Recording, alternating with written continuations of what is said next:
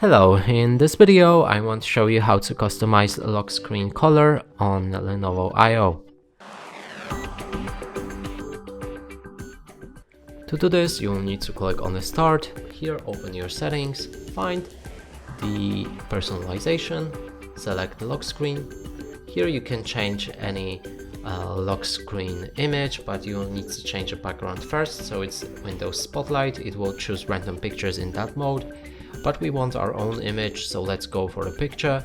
Right here you can change to any picture that is pre-made for that, or click on the browse to choose your own picture. You'll just need to find it in that file manager, and mine should be right here. Double click on it, and now it's set as your lock screen image.